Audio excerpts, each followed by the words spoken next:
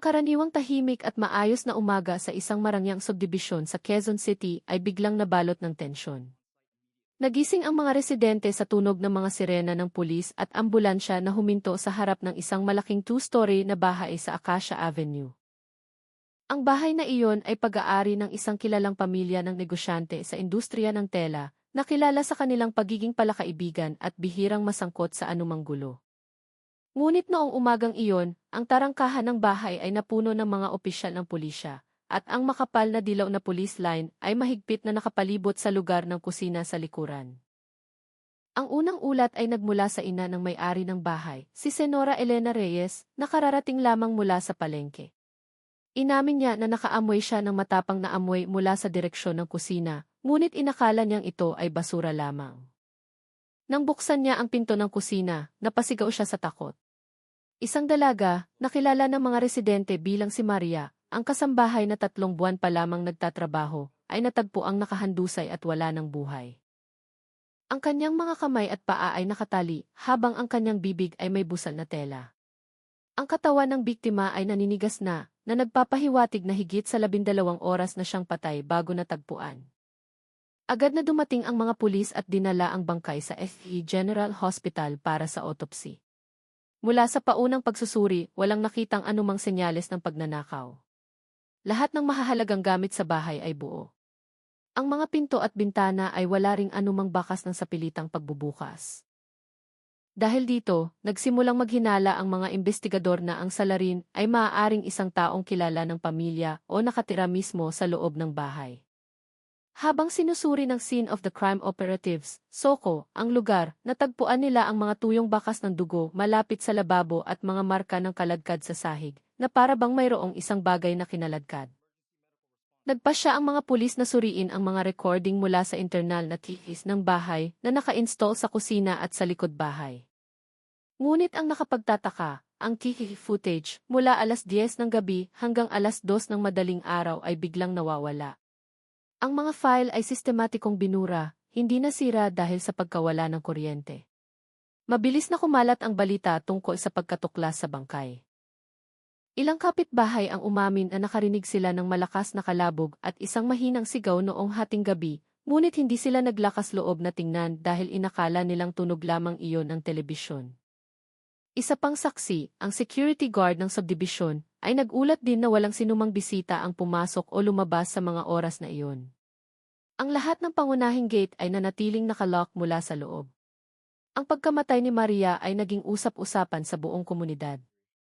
Ayon sa mga nakakakilala sa biktima, si Maria ay isang simpleng dalaga mula sa probinsya ng Quezon na kalilipat lamang sa Maynila upang tulungan ang kanyang pamilya. Kilala siya bilang isang masipag, magalang at tahimik na tao. Walang sinuman ang makapaniwala na ang isang dalagang nagsisimula pa lamang ng kanyang buhay sa lungsod ay magkakaroon ng isang malagim na wakas sa mismong bahay kung saan siya nagtatrabaho.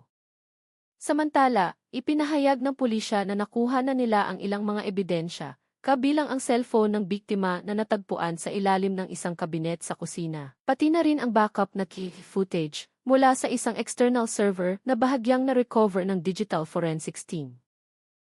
Mula sa mga pira-pirasong recording na ito, nagsimulang makahanap ang mga pulis ng mga paunang senyales ng pagkakasangkot ng isang taong napakalapit sa pamilya ng may-ari ng bahay. Gayunpaman, ang pagkakakilanlan ng salarin ay hindi pa isinasa publiko. Patuloy pa rin ang masusing investigasyon ng pulisya sa lahat ng nakatira sa bahay, kabilang na ang anak na lalaki ng may-ari na kadarating lamang mula sa ibang bansa 1 linggo na ang nakalipas. At dito nagsisimula ang misteryo. Sino nga ba ang nasa likod ng pagkamatay ni Maria, at ano ang nangyari sa pagitan ng alas 10 ng gabi at alas 2 ng madaling araw, kung kailan misteryosong nawala ang mga recording? Lumipas ang araw, ngunit hindi pa rin bumabalik sa normal ang kapaligiran sa bahay ng pamilya Reyes. Ang police line ay nakaharang pa rin. Ang amoy ng formalin mula sa forensic investigation ay nanunuot pa rin sa hangin. Mula sa labas, ang bahay ay tila payapa. Ngunit sa likod ng mga pader nito, iba't ibang lihim ang unti-unting nabubunyag. Mula pa noong umaga, bumalik ang mga investigador mula sa Quezon City Police District, sa crime scene. Dala nila ang mga digital forensic tools at portable computers upang suriin ang footage na misteryosong nabura.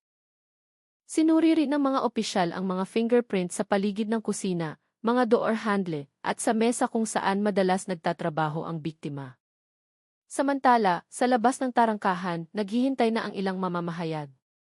Patuloy na dumarating ang mga residente, sinusubukang sumilip sa mga siwang ng bakod, na puno ng kuryosidad kung ano talaga ang nangyari sa marangyang bahay na matagal na nilang hinahangaan. May ilang residente pang ang nagbulungan na si Maria raw, ay mukhang balisa 2 araw bago siya namatay at nagkwento sa isang kapitbahay na may isang tao na madalas siyang tinititigan ng palihim tuwing gabi. Agad na sinundan ng pulisya ang impormasyong iyon. Mula sa paunang resulta ng autopsy, walang nakitang bakas ng labis na karahasan.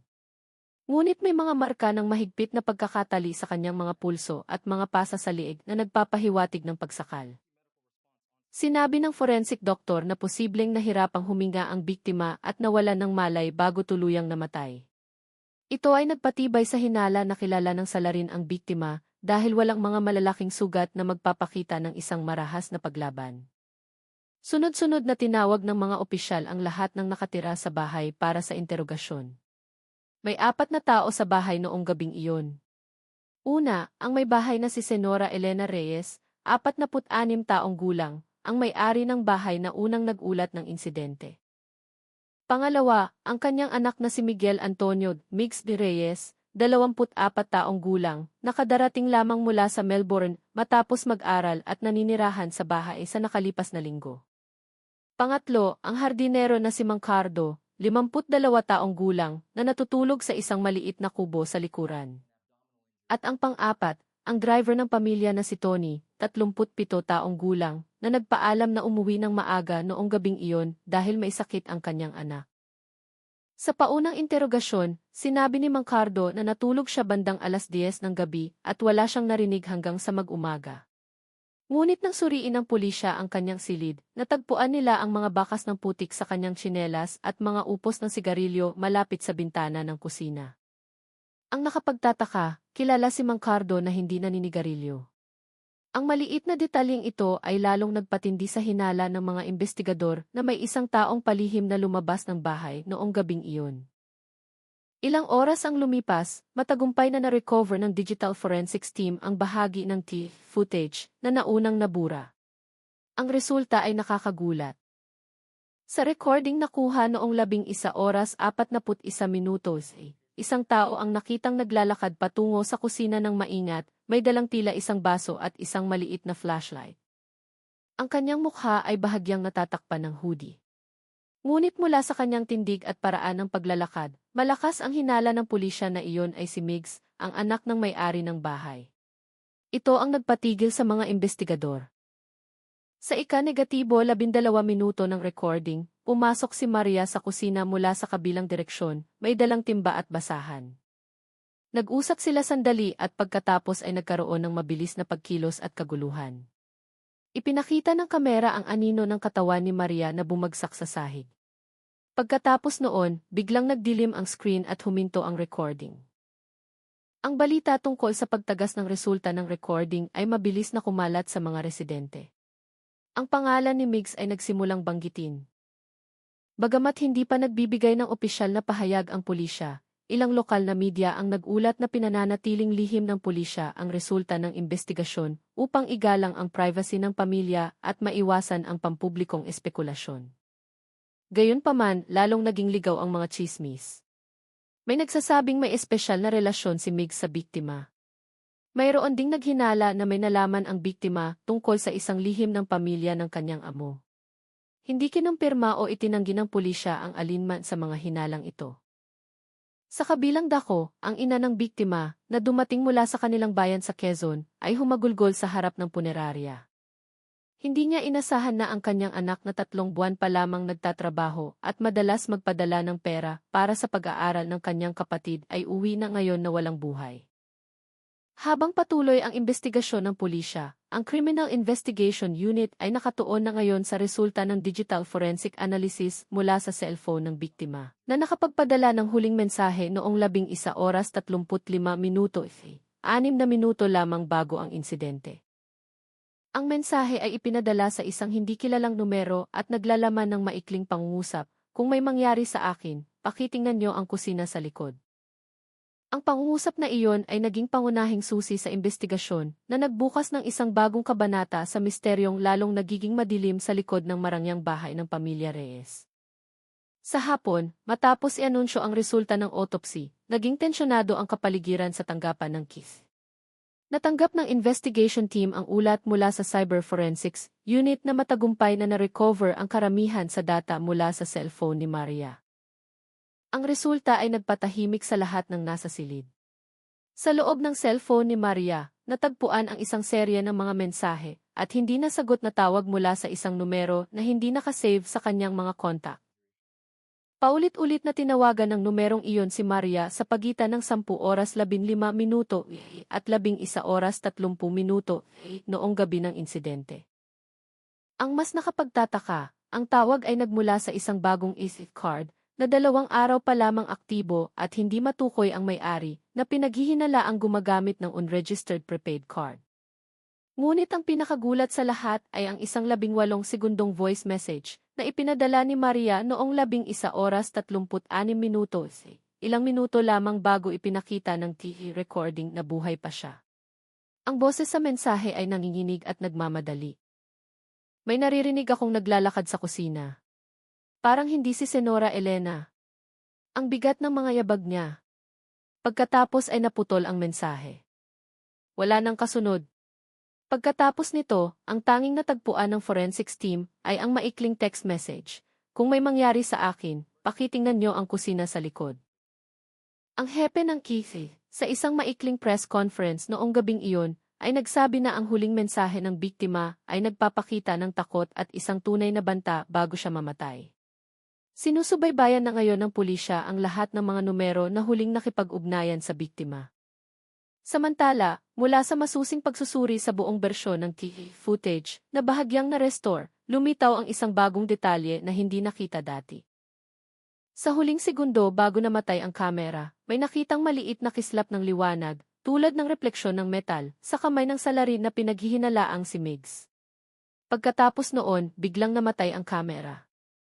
Ang paunang pagsusuri ay nagpapakita na ang Keith ay manong-manong pinatay mula sa server room sa ikalawang palapag, hindi dahil sa teknikal na problema. Ngunit ang lalong nagpatindi sa hinala ng mga investigador, ang cable na nagkokonekta sa server ay nakatago sa likod ng isang bookshelf sa silid ni Migs. Nang suriin ang silid, natagpuan ng pulisya ang isang pares ng latex gloves, isang itim na hoodie, at isang pares ng pantalon na may mga mansa ng kulay kape sa bahagi ng tuhod.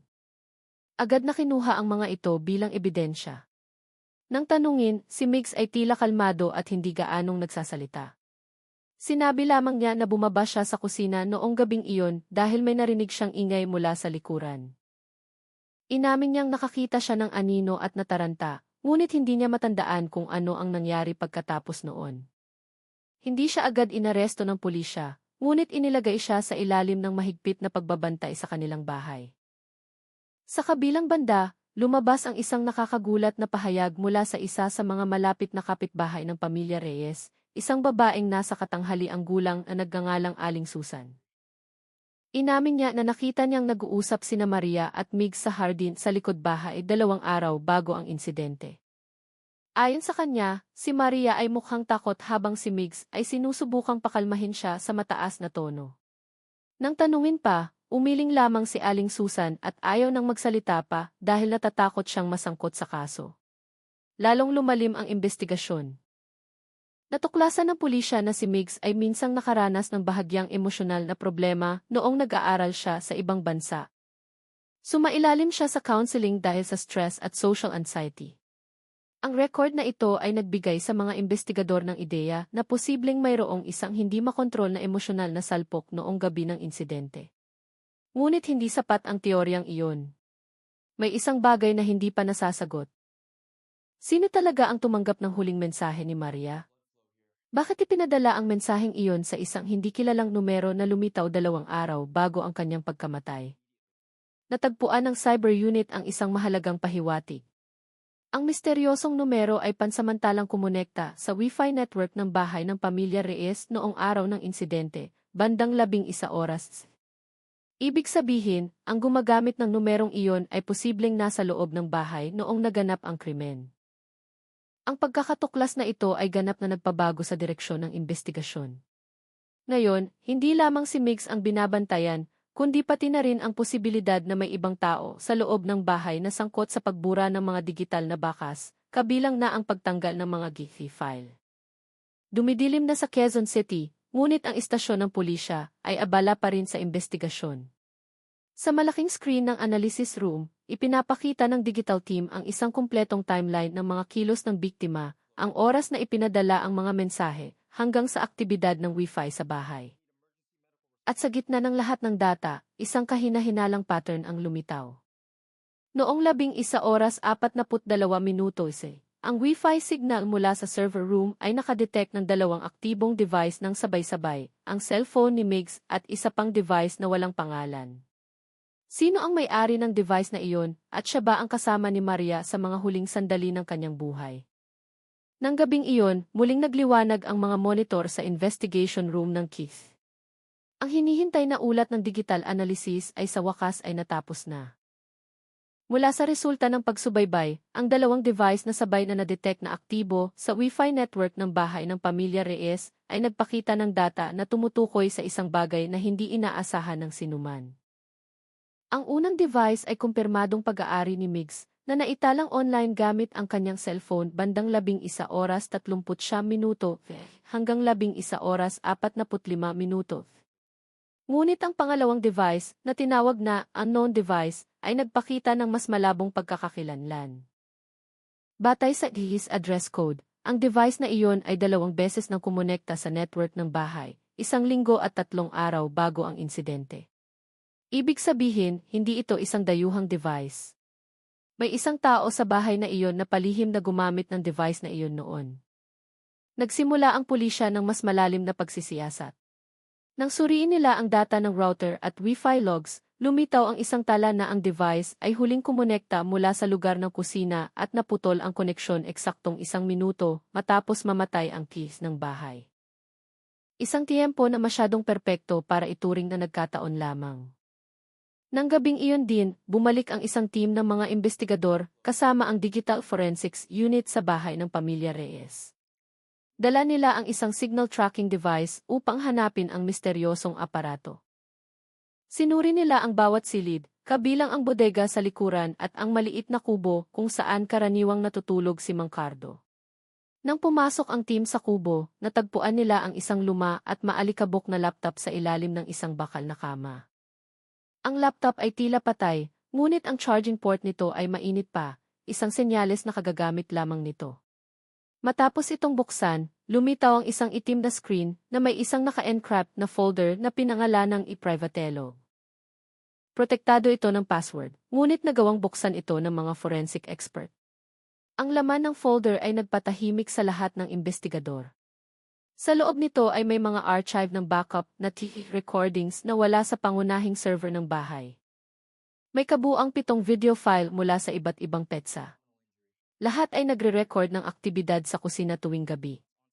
Ang nakakatakot, sa 2 sa mga recording, may nakitang anino ng isang tao na madalas nakatayo sa isang sulok ng kusina, pinagmamasdan ang biktima na nagtatrabaho ng walang imik.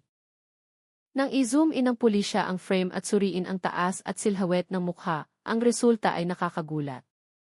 Hindi iyon si Migs. Batay sa mga pisikal na katangian at paraan ng pagkilos, ang figura ay mas tumutugma sa hardinero, si Mang Cardo. Ang katotohanan ito ay ganap na nagpabago sa direksyon ng investigasyon. Agad na ipinatawag ng pulisya si Mang Cardo para sa karagdagang pagtatanong. Sa simula, nanatili siyang kalmado at nanumpa na wala siyang alam. Ngunit matapos ipakita ng mga investigador ang mga lumang recording mula sa laptop sa kanyang kubo, namutla ang kanyang mukha. Yumuko siya ng matagal bago tuluyang bumulong, gusto ko lang pong tumulong. Hindi ko sinasadyang makita iyon noong gabing iyon. Pinilit siya ng mga investigador na ikwento kung ano ang kanyang nakita. Dahan-dahan, nagsimulang magsalita ang matanda sa nanginginig na boses. Inamin niya na nakita niyang nag-aaway sina Migs at Maria sa kusina noong gabing iyon. Ayon sa kanya, inakusahan ni Migs si Maria na kinuha ang isang bagay mula sa kanyang silid, isang itim na flash drive na naglalaman ng mga personal na dokumento. Mariing itinanggi ito ni Maria, ngunit lalong naging emosyonal si Migs hanggang sa marahas niyang hinila ang kamay ni Maria. Inamin ni Mang Cardo na nataranta siya at aawatin sana sila, ngunit bigla siyang nakarinig ng malakas na tunog, tulad ng isang bagay na bumagsak. Nang lumapit siya, nakita niyang itinulak ni Migs ang katawan ni Maria hanggang sa bumagsak ito sa sahig. Ang ulo ng biktima ay tumama sa gilid ng isang bakal na mesa. Noong mga sandaling iyon, gumagalaw pa si Maria ng bahagya bago tuluyang hindi na kumibo. Natakot si Migs, tinakpan ang bibig ng biktima ng tela, at itinali ang kanyang mga kamay marahil sa intensyong pakalmahin siya o pagtakpan ang pangyayari upang magmukha itong pagnanakaw. Ngunit hindi doon nagtapos ang pag-amin ni Mang Cardo. Inamin niyang tumulong siyang burahin ang key recordings at itago ang backup na laptop dahil natatakot siyang mawala ng trabaho. Hindi ko po alam na patay na pala si Maria, mahina niyang sabi. Matapos marinig ang pag-amin, agad na inaresto ng mga investigador si Mang Cardo at muling sinuri si Migs. Nang harapin siya sa mga bagong ebidensya, ang video recording, ang laptop at ang resulta ng autopsy, yumuko na lamang si Migs nang walang paglaban. Dahan-dahang tumulo ang kanyang mga luha habang mahina niyang sinabi, ayokong mamatay siya. Gusto ko lang kunin ulit yung flash drive. Ngunit nang tanungin ng mga investigador kung ano ang laman ng flash drive, nanahimik si Migs ng matagal. Sumagot lamang siya, hindi iyon sa akin. Pag-aari iyon ng taong dumating noong gabing iyon. Ang mga salitang iyon ay nagpatigil sa lahat sa silid. Sino ang taong tinutukoy ni Migs? Mayroon bang ikatlong partido na sangkot na hanggang ngayon ay hindi pa lumalabas sa investigasyon? Ang kaso na sa simula ay tila isang emosyonal na trahedya, ay nagsisimula ng lumiko sa isang direksyon na maaaring mas malalim at mas mapanganib. Ang interrogation room ng Kizu ay nababalot ng matinding tensyon noong gabing iyon. Tanging ang ugong ng electric fan ang bumabasag sa katahimikan. Si Migs ay nakaupo sa isang bakal na silya, ang kanyang mga kamay ay maluwag na nakaposas, at ang kanyang mga mata ay nakatitig sa kawalan. Sa harap niya, dalawang investigador ang nagsisikap na alamin ang kahulugan ng kanyang huling sinabi tungkol sa isang taong dumating noong gabing iyon.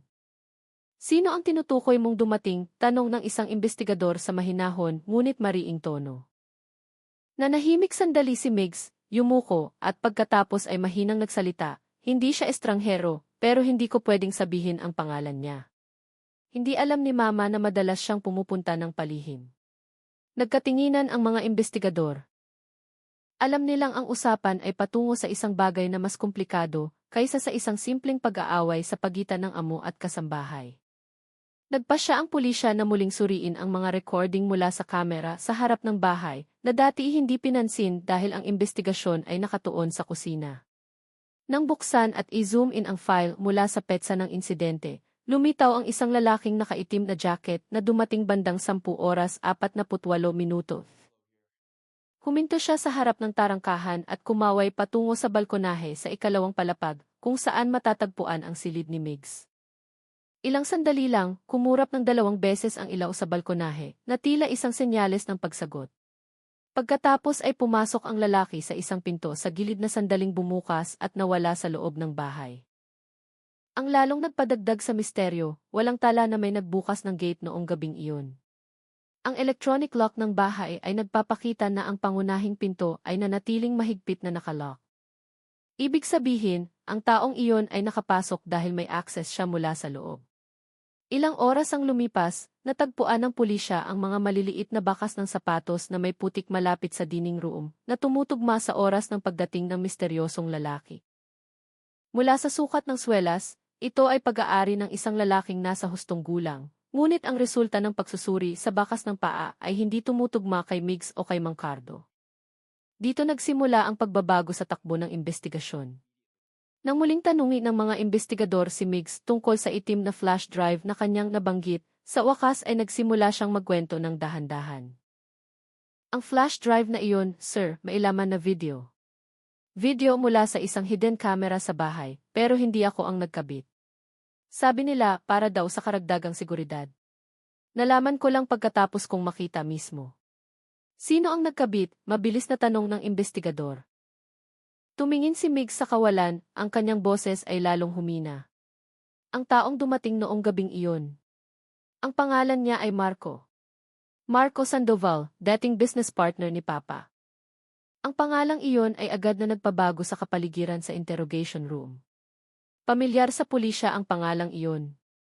Si Marco Sandoval, isang negosyante na naging kasosyo sa negosyo ng yumaong ama ni Migs 3 taon na ang nakalipas bago bumagsak ang kanilang kumpanya. Nawala siya ng walang bakas matapos masangkot sa isang kaso ng embezzlement.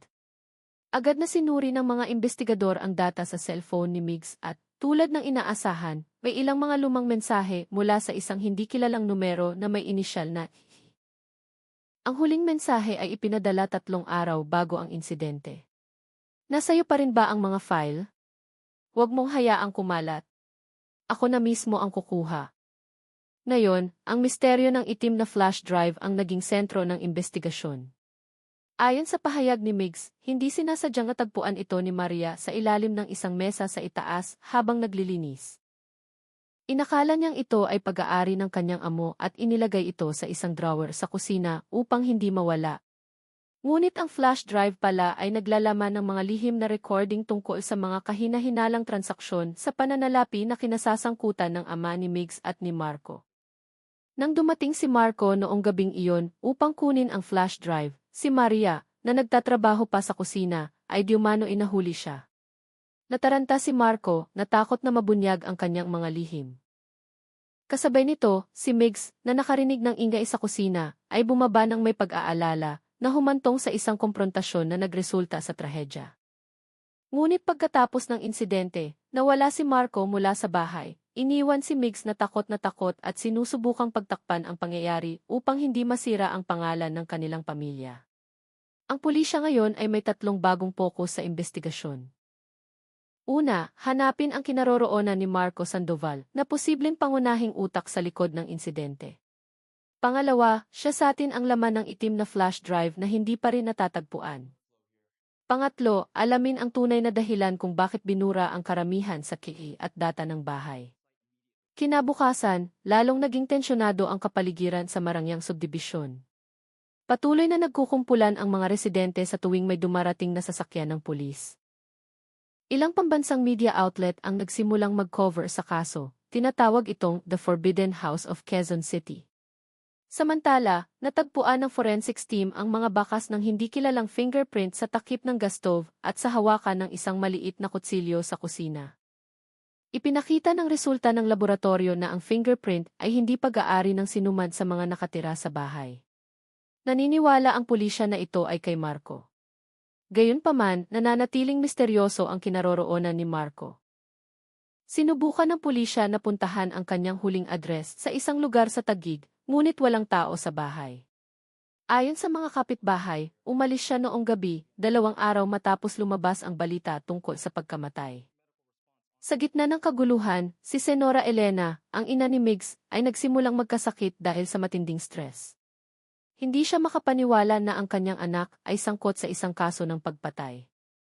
Sa kanyang mahinang kalagayan, sinabi lamang niya, hindi mamamatay tao si Migs. May isang taong nanlinlang sa aming lahat. Gabi na at malakas ang buhos ng ulan sa Quezon City.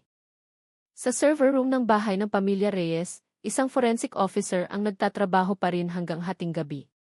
Habang nililinis ang mga nakatambak na kable sa likod ng isang electrical panel, natagpuan niya ang isang maliit na itim na bagay na naipit, isang flash drive.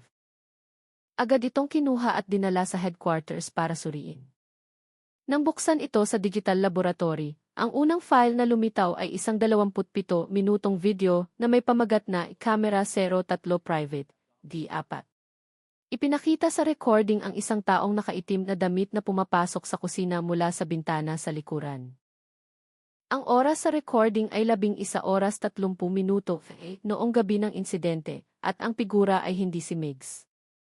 Sa digital analysis room ng Keith, biglang tumahimik ang lahat nang simulang i-play ang video mula sa itim na flash drive.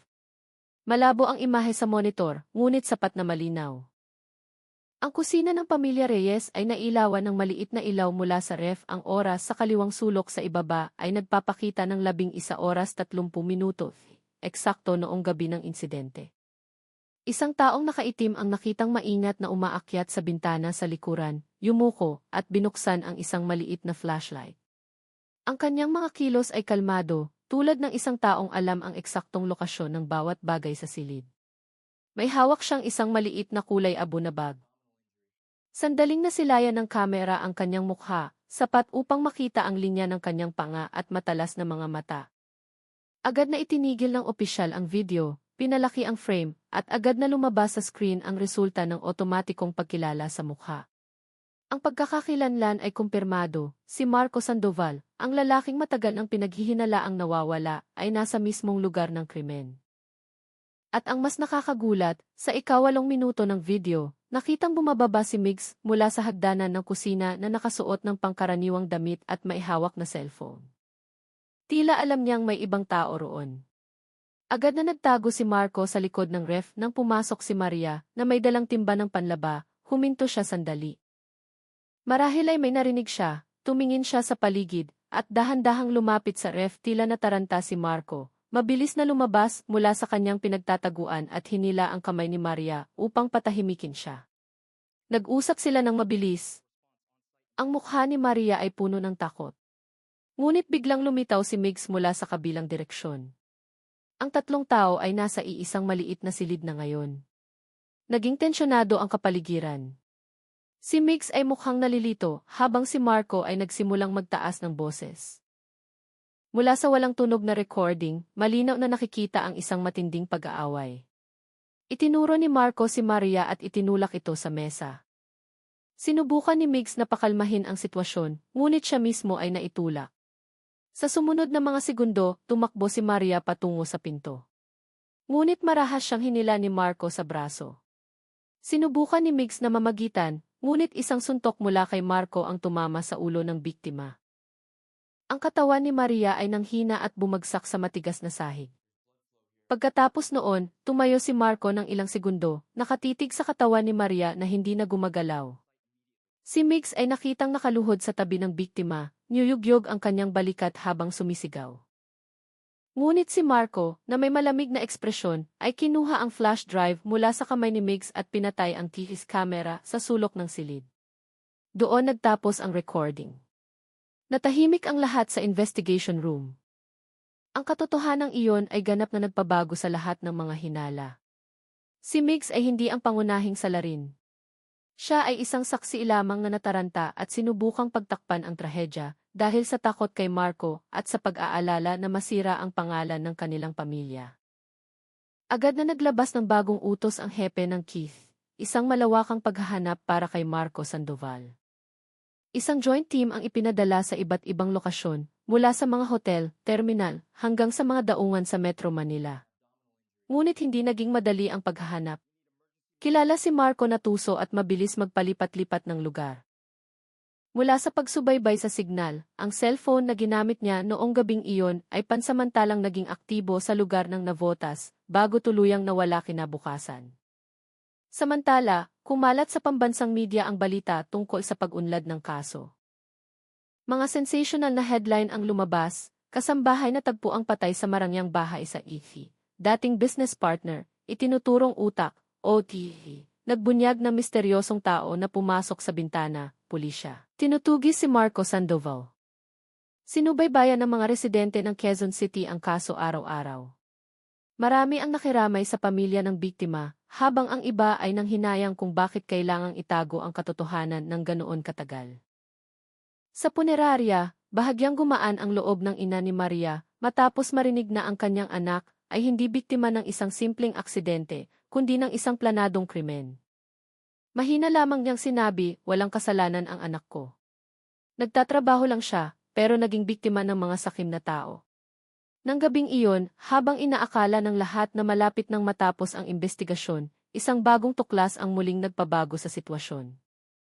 Natuklasan ng cyber unit na ang video sa flash drive ay hindi isang recording.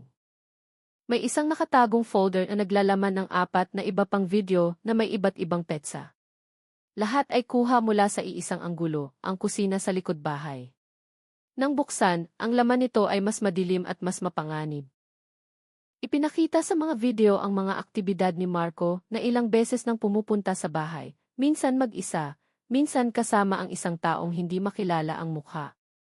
Nakikipag-usap sila sa isang tao sa sala at pagkatapos ay naglalagay ng mga sobre at dokumento sa mesa. Mula sa timestamp, ang huling video ay na-record 2 araw bago ang pagkamatay ni Maria. Ibig sabihin, matagal nang minamanmana ni Marco ang bahay bago pa man mangyari ang insidente. At ang mas nakakatakot, sa huling minuto ng huling video, malinaw na nakitang kausap ni Marco si Senora Elena, ang ina ni Migs. Inabot niya ang isang makapal na sobre habang si Senora Elena ay yumuko at tinanggap ito ng walang imik. Ang recording na iyon ay nagdulot ng isang malaking tanong. Alam din ba ng ina ni Migs ang presensya ni Marco o siya ba ay biktima rin ng manipulasyon? Habang patuloy na sinusuri ng pulisya ang katotohanan, isang bagay ang sigurado. Ang kaso ng pagkamatay ni Maria ay hindi lamang tungkol sa isang biglaang galit, kundi bahagi ng isang malaking laro na kinasasangkutan ng mga lihim sa negosyo, pagtataksil at malaking halaga ng pera. At lahat ng bakas ay nagsimula sa isang itim na flash drive sa kusina ng isang marangyang bahay sa Quezon City. Umaga sa GICC headquarters, muling naging tensyonado ang kapaligiran. Ang mga file mula sa huling video na natagpuan sa itim na flash drive ay nasa kamay na ngayon ng pangunahing investigador. Ang katotohanang lumabas ay hindi lamang nakakagulat, kundi yumanig sa buong direksyon ng investigasyon. Sa 4 minutong video, malinaw na nakikita si Senora Elena Reyes, ang ina ni Migs, na nakikipag-usap kay Marco Sandoval sa sala ng kanilang bahay. Si Marco ay nakasuot ng madilim na polo at sombrero, habang si Elena ay tila balisa, nanginginig ang mga kamay. Inabot ni Marco ang isang makapal na brown na sobre, at isang mahinang boses ang narinig mula sa mikropono ng hidden camera. Kailangan ko lang ng kaunti pang oras, ma'am. Pagkatapos nito, mawawala na ang lahat. Walang sinuman ang makakaalam. Mahina lamang na sumagot si Elena. Pakiusap, wag mong idamay ang anak ko. Ngumiti si Marco ng bahagya. Huli na, ma'am. Mas marami na siyang alam kaysa sa dapat niyang malaman. Ang pangungusap na iyon ang naging susi. Ibig sabihin, alam ni Marco na si Migs ay may nalalamang isang malaking lihim, isang bagay na matagal na niyang itinatago.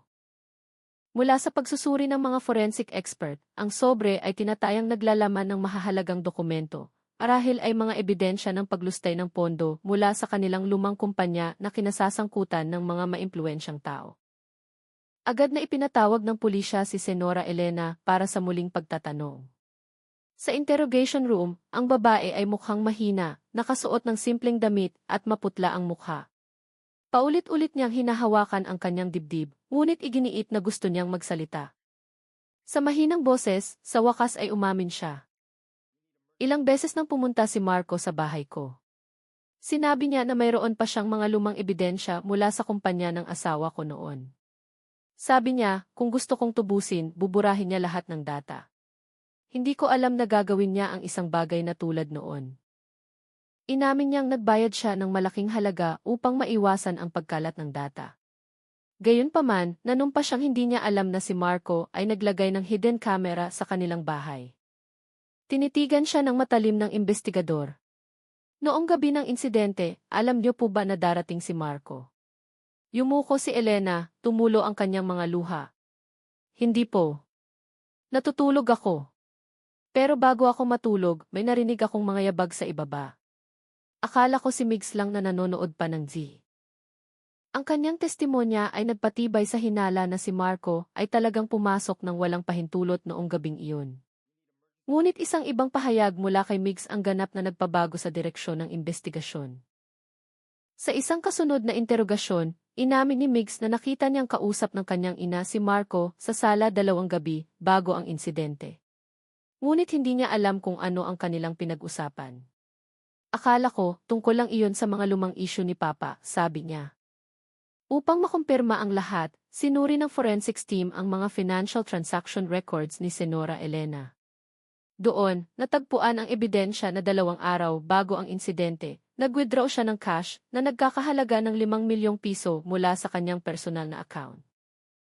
Ang pera ay hindi na naibalik. Ngayon, malakas ang hinala ng pulisya na ang perang iyon ay ang ransom na hinihingi ni Marco upang isara ang kanyang mga lumang kaso. Ngunit tulad ng isang paulit-ulit na kwento, ang kasakiman ay nagbukas ng isang bagong trahedya. Habang nagpapatuloy ang investigasyon, natagpuan ng field team ang isang bagong bakas ni Marco sa isang lugar sa Laguna. Isang maliit na inuupahang bahay na may peking pangalan ang natuklasan ng pulisya. Sa loob nito ay may mga damit, ilang mga dokumento sa pananalapi, at isang pahayagan na may petsang 2 araw pagkatapos ng pagpatay, na may malaking headline, "Kasambahay, patay isang marangyang bahay." Pulisya, iniimbestigahan yan inside it. Sa gilid ng pahayagan ay may nakasulat na magaspang na sulat kamay. Alam niya na kinuha na ang flash drive, huwag ka nang bumalik doon. Ang pangungusap ay parang isang personal na mensahe. Ngunit para kanino? Patuloy na naghukay ang pulisya. Sa mga nakatambak na dokumento sa bahay, natagpuan ang isang kopya ng titulo ng bahay ng pamilya Reyes at mga dokumento ng pagmamay-ari ng mga lumang stock ng kumpanya ng tela na matagal ng bangkarota. Sa isa sa mga pahina, may pirma ng asawa ni Elena at sa ilalim nito ang pirma ni Marco. Ngunit ang nagpatigil sa mga investigador, may isa pang pangalan na nakasulat sa ilalim ng kanilang mga inisyal, Don Ricardo de Leon, Chairman of the Board. Ang pangalang iyon ay hindi bago. Sa mga police archives, si Don Ricardo de Leon ay isang malaking negosyante sa sektor ng tela sa bansa at isang maimpluwensyang tao sa lokal na network ng negosyo. Kung siya ay sangkot, nangangahulugan ito na ang kaso ay hindi na lamang isang personal na pagpatay. Ito ay pumasok na sa larangan ng korupsyon, paglustay ng pondo, at konspirasyong pang-ekonomiya. Agad na bumuo ang hepe ng KIS ng isang espesyal na task force, kasama ang Interpol, upang siyasatin ang koneksyon ni Don Ricardo kay Marco. Ang paunang hinala, si Marco ay may dalang mga lumang data sa pananalapi na maaaring magpabagsak sa maraming tao at ginagamit niya ito bilang paraan ng pangingikil. Ngunit sa gitna ng pressure ng investigasyon, isang nakakagulat na balita ang dumating. Nakita si Marco sa isang kainan sa gilid ng kalsada sa Bulacan na na-record ng KIS ng isang tindahan. Sa recording, siya ay payat, may balbas, nakasuot ng itim na sombrero at face mask. Ngunit ang pinakakapansin-pansin ay ang brown na sobre na nasa kanyang kamay pa rin. Agad na kumilos ang pulisya. Ngunit pagdating nila sa lokasyon, nakaalis na si Marco, nag-iwan ng mga bakas ng gulong ng sasakyan na patungo sa direksyon ng daungan. Nang gabing iyon, si Migs, na nakarinig ng balita tungkol sa bigong pag-aresto, ay tahimik na nakaupo sa detention cell, nakatitig sa sahig na may blankong ekspresyon. Alam niyang hindi pa tapos ang lahat, dahil sa labas, ang taong nakakaalam ng lahat ng lihim ng kanilang pamilya ay malaya pa. At hanggat hindi nahuli si Marco, walang sinuman ang tunay na ligtas. Malakas ang buhos ng ulan sa isang lumang pier sa Manila North Harbor. Sa pagitan ng mga nakadaong na cargo ship, isang grupo ng mga opisyal na nakasibilyan ang mabilis na kumikilos, sinusuyod ang bawat sulok ng mga bodega. Dala nila ang iisang litrato, ang mukha ni Marco Sandoval. Mula sa huling ulat, nakita si Marco na pumasok sa lugar ng daungan bandang 9:15, 2 oras lamang matapos siyang ma-record ng TV sa Bulacan. Naniniwala ang pulisya na plano niyang tumakas palabas ng isla gamit ang mga iligal na barko. Sa control room ng daungan, minomonitor ng mga pulis ang mga surveillance camera. Dahil sa ulan, medyo malabo ang imahe, ngunit sa malaking screen, isang lalaking nakaitim na jacket at sombrero ang nakitang may dalang kulay abo na sling bag. Eksakto tulad ng sa naunang recording, mabilis siyang naglalakad patungo sa Pier 7, kung saan isang cargo ship ang naghahandang umalis patungong Cebu. Target sighted. Move in silently. Don't cause a scene, maririnig ang mahigpit na utos sa radio communication. Ngunit nang papalapit na ang team, tila napansin ni Marco ang kanilang presensya. Tumakbo siya sa pagitan ng mga nakatambak na container, tumalon patungo sa isang bodega. Isang putok ng babala ang bumasag sa katahimikan. Lalong lumakas ang ulan. Ang mga yabag ay humalo sa tunog ng mga sirena. Ilang minuto ang lumipas, sumigaw ang isang opisyal. Tumakbo siya papunta sa engine room ng barko. Agad na hinabol ang team, tinahak ang makipot at madulas na pasilyo. Ang amoy ng langis na may halong tubig dagat ay nangingibabaw. Sa dulo ng silid, nakita si Marco na sinusubukang buksan ang isang maliit na pinto na patungo sa likurang pier. Ngunit bago siya makatakas, nadulas siya at malakas na bumagsak sa metal na sahig. Agad siyang pinusasa ng mga pulis. Habang kinakalagad palabas, mahigpit pa ring hawak ni Marco ang brown na sobre na matagal nang hinahanap. Ang kanyang mukha ay maputla, ang kanyang mga mata ay matalim na nakatitig sa isa sa mga investigador na para bang may malaking lihim siyang hindi pa naibubunyag. Sa istasyon ng pulisya, agad na binuksan ng mga investigador ang sobre sa harap ng mga saksi at forensic officers. Sa loob nito ay may mga nakatambak na lumang dokumento sa pananalapi, mga kasunduan, at isang karagdagang flash drive. Matapos suriin, ang laman nito ay ikinagulat ng lahat. Mga recording ng mga iligal na transaksyon sa pagitan ni Marco, ng yumaong asawa ni Elena, at ng malaking negosyante na si Don Ricardo de Leon. Ipinakita sa recording kung paano inilipat ng 300 milyong piso mula sa pondo ng kumpanya patungo sa mga personal na account sa ibang bansa at pagkatapos ay gumawa ng mga peking ulat upang magmukha itong legal. Nang bumagsak ang kumpanya, 2 pangalan ang nawala, si Marco at si Don Ricardo. Sa interogasyon, sa wakas ay nagsalita si Marco. Sa isang walang emosyon na tono, sinabi niya, "Wala akong intensyong pumatay ng sinuman. Gusto ko lang ng kasiguruhan. Sila ang unang nagnakaw. Gusto ko lang makuha ang para sa akin." Inamin niyang bumalik siya sa bahay ni Elena, hindi para manakit, kundi para kunin ang huling ebidensya bago ito ibenta sa ilang tao. Ngunit noong gabing iyon, nahuli siya ni Maria at nataranta siya. Hindi dapat siya nandoon. Gusto ko lang siyang patahimikin, mahina niyang sabi. Tinitigan siya ng matalim ng investigador. Patahimikin sa pamamagitan ng pagpatay? Yumuko si Marco, humikbi. Hindi ko sinasadya. Gusto ko lang siyang takutin. Pero nahulog siya. Nataranta ako. Sa kanyang pag-amin, binanggit din ni Marco na alam na ni Don Ricardo na isusuko niya ang lahat ng ebidensya sa mga otoridad kung hindi ibibigay ang ransom. Mula noon, inamin ni Marco na pakiramdam niya ay minamanmanan siya at nakatanggap ng mga banta sa pamamagitan ng hindi kilalang mga mensahe. Kapag nagsalita ka, ikaw ang susunod na mawawala. Mula dito, napagtanto ng mga investigador na may mas malaking puwersa sa likod ng kaso ng pagpatay kay Maria. Si Marco ay isa lamang sa mga sanga ng isang konspirasyon sa negosyo na sinusubukang ilibing. Ngunit ang pag-amin ni Marco ay nagdala ng isa pang sorpresa.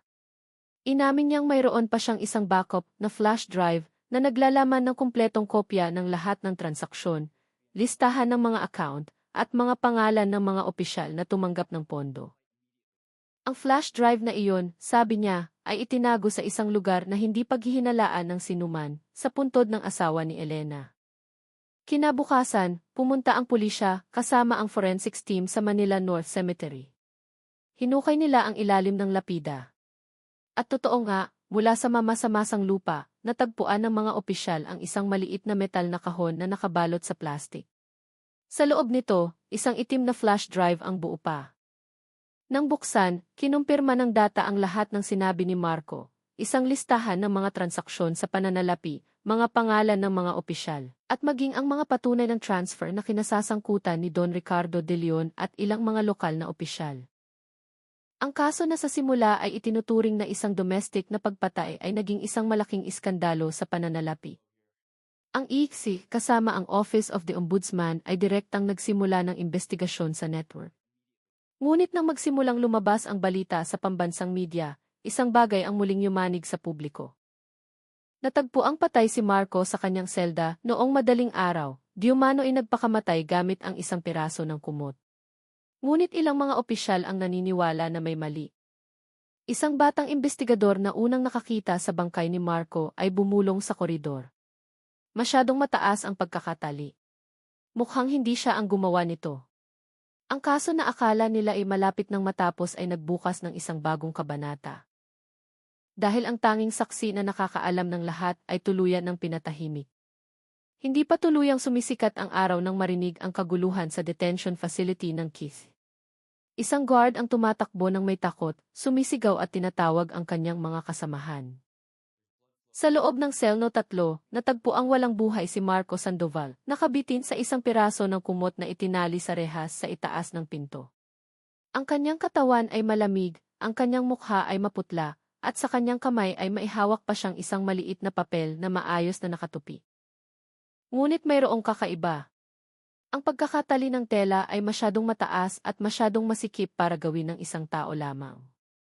Agad na naghinala ang ilang mga senior na opisyal. Hindi ito ordinaryong pagpapakamatay. Agad na pumasok ang forensics team. Matapos ang paunang pagsusuri, natagpuan ang mga pasa sa batok at mga gasgas sa pulso, mga senyales na posibleng sinubukan ng biktima na lumaban bago mawalan ng malay. Ngunit ang pinakagulat sa lahat ay ang laman ng maliit na papel na natagpuan sa kanyang kamay. Malinaw pa ang sulat kamay ni Marco, bagamat medyo nanginginig. Nasa labas pa sila. Huwag kang magtiwala sa sinuman sa loob ng opisinang ito. Ang mensahe ay tila isang huling babala. At mula noon, naging tensyonado ang kapaligiran sa loob ng pulisya. Nagkaroon ng kawalan ng tiwala kahit sa pagitan ng mga kapwa-opisyal. Agad na tinawagan ng hepe ng KC ang Enferpo at hiniling na makialam ang Office of the Ombudsman. Hindi nagtagal, nagkagulo ang publiko. Kumalat ang balita tungkol sa pagkamatay ni Marco sa iba't ibang media. Pangunahing suspect SE pagpatay SE kasambahay SEG, natagpo ang patay Zelda. Diumano'y nagpakamatay, pulisya sinusuri din, kakaibang detalye kaso dinay Marco Sandoval. Ngunit sa likod ng mga eksena, nagpatuloy ang investigasyon sa isang bagong direksyon. Mula sa pagsusuri sa computer ni Marco, natagpuan ang bakas ng isang naka-encrypt na email na ipinadala 2 oras lamang bago siya namatay. Hindi alam kung sino ang nagpadala, ngunit ang mensahe ay naglalaman ng isang maikling pangungusap, tapos na tayo. Huwag mong buksan ang file na iyon.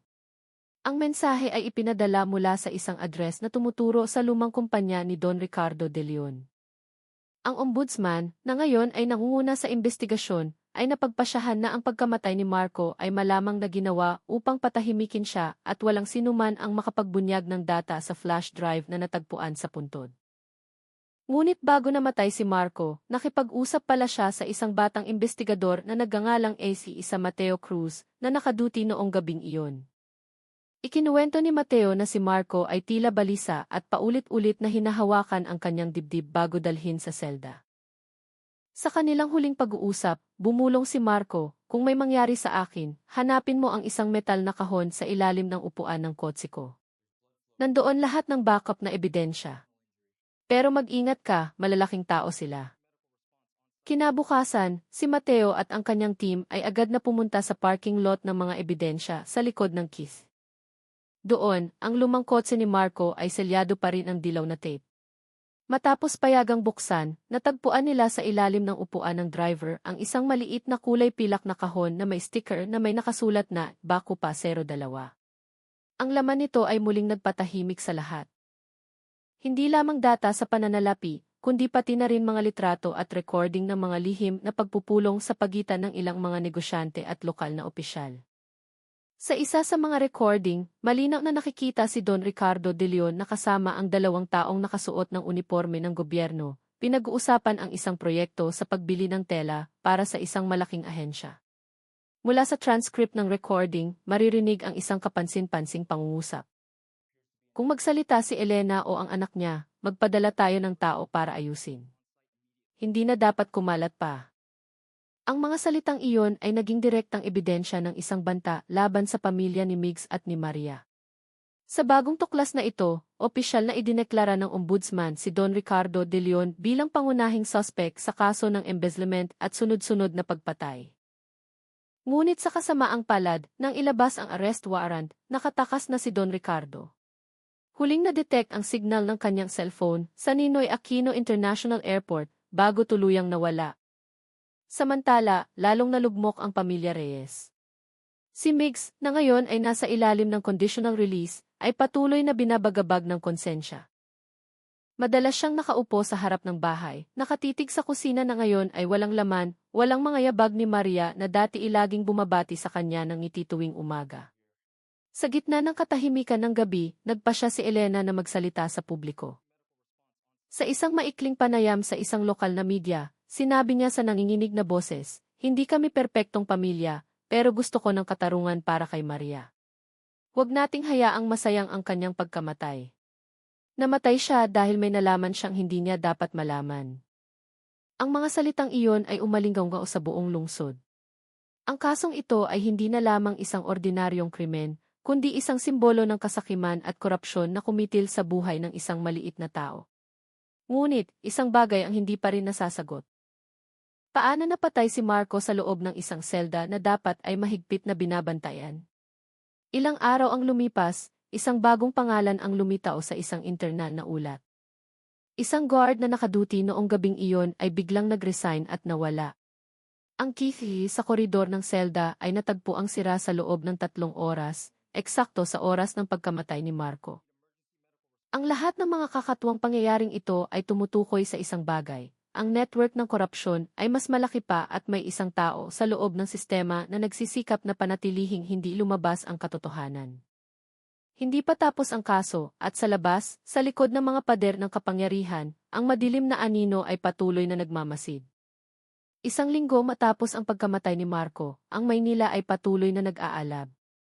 Ang pambansang media ay patuloy na nag-ulat sa kaso na tinatawag na ngayon ng publiko bilang trahedya sa kusina ng Quezon City. Ngunit sa likod ng mga headline at opinyon ng publiko, ang mga natitirang investigador ay tahimik na nagtatrabaho, hinahanap ang mga nalalabing piraso ng katotohanan na hindi pa nabubunyag. Ang batang investigador na si Mateo Cruz, na huling nakasaksi at nakausap si Marco, ay hindi makatulog ng ilang araw. Ang mga huling salita ni Marco ay paulit-ulit na umuulit sa kanyang isipan. Malalaking tao sila. Huwag kang magtiwala sa sinuman sa opisinang ito. Mula noong gabing iyon, pakiramdam ni Mateo ay may nagmamasid sa kanya. Nakakita siya ng isang itim na kotse na walang plaka na ilang beses huminto sa harap ng kanyang bahay. Nakatanggap din siya ng mga tawag na walang nagsasalita tuwing madaling araw, tanging ang tunog ng mabibigat na paghinga. Ngunit hindi siya pinigilan ng takot. Patuloy na sinuri ni Mateo ang data mula sa backup na flash drive na G02. Sa mga nakatambak na file ng transaksyon at kasunduan, natagpuan niya ang isang nakatagong folder na pinangalanang Project Red. Ang folder ay naglalaman ng mga plano para sa pagtatayo ng isang bagong pabrika ng tela sa labas ng Maynila, kumpleto sa listahan ng mga investor at mga opisyal na sangkot. Ang nakakagulat, sa listahan ay may isang pangalan na hindi inaasahan, isang mataas na opisyal mula sa isang pambansang ahensya na kilala sa kanyang malinis na imahe at pagiging bokal laban sa korupsyon. Ipinakita sa file kung paano ang pondo mula sa paglustay ay muling ipinapasok sa mga legal na proyekto upang magmukha itong lehitimo. Ibig sabihin, ang kasong ito ay hindi lamang isang lokal na krimen, umabot na ito sa sentro ng kapangyarihan. Nalaman ni Mateo na kung lalabas ang data na ito, maraming tao ang mayayanig. Ngunit kung mananahimik siya, lahat ng ebidensya ay maaaring mawala, tulad ni Marco at tulad ni Maria, isang biktima na naging tapat lamang ngunit pinatahimik. Nang gabing iyon, isinulat ni Mateo ang kanyang huling ulat at kinopya ang lahat ng data sa isang naka-encrypt na external server at ipinadala ito sa 2 magkaibang lugar, isa sa tanggapan ng ombudsman sa Quezon City, at isa pa sa isang independent na investigative media outlet. Alam niyang malaki ang panganib, ngunit buo na ang kanyang desisyon. Ilang oras matapos ipadala ang mga file, umalis si Mateo sa opisina patungo sa kanyang bahay sa isang lugar sa Pasig. Ngunit bago siya makarating, ang kanyang kotse ay gininitgit ng isang itim na sasakyan sa isang madilim na kanto. Sa loob ng ilang segundo, ang kanyang kotse ay tumaob sa isang kanal. Tanging ang emergency button sa kanyang cellphone ang nagawa niyang pindutin. Ang huling signal ng kanyang tracker ay na-record noong 11:47 minuto.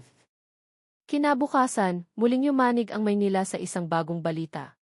Investigador kaso ng trahedya kusina, natagpo ang patay nasunog di kotse. Ang opisyal na ulat ng pulisya ay isang aksidente sa trapiko dahil sa pagkawala ng preno. Ngunit ang mga drone footage mula sa isang residente ay nagpakita ng 2 iba pang kotse na magkasunod na sumusunod sa sasakyan ni Mateo bago ang banggaan.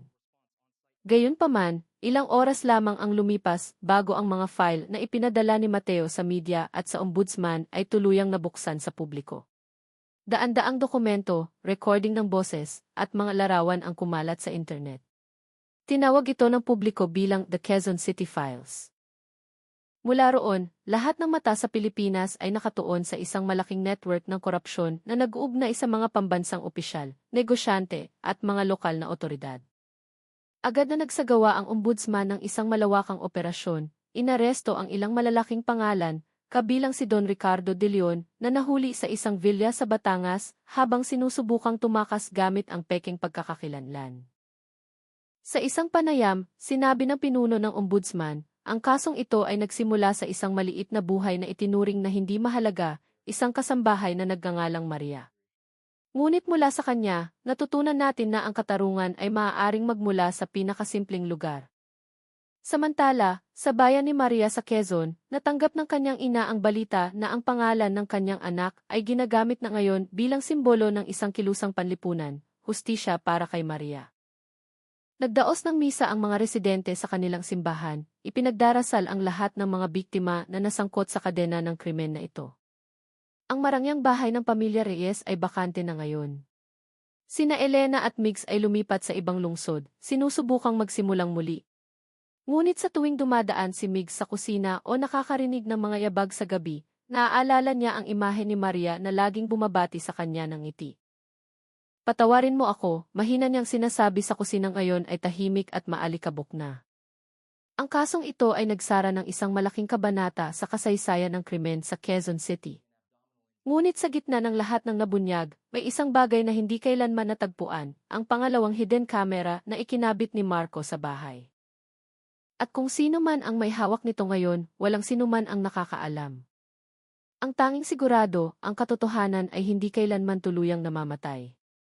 Naghihintay lamang ito ng tamang oras upang muling lumitaw mula sa likod ng ibang anino. 3 buwan ang lumipas mula nang yumanig sa bansa ang The Quezon City Files. Unti-unti nang nalimutan ng publiko ang trahedya sa kusina na minsang naging pangunahing balita. Ngunit sa likod ng ingay ng katarungang sinasabing na ipatupad na, may isang taong hindi pa rin matahimik, si Migs. Nakatira na siya ngayon kasama ang kanyang ina sa isang maliit na bahay sa isang tahimik na bayan sa Laguna. Simple ang bahay, malayo sa karangyaan ng kanilang nakaraan. Ngunit gabi-gabi, iisa lang ang panaginip ni Migs. Ang anino ni Maria na nakatayo sa kusina, matalim ang tingin na para bang may gusto siyang sabihing hindi pa natatapos. Isang hapon, nakatanggap si Migs ng isang misteryosong sulat, walang nagpadala.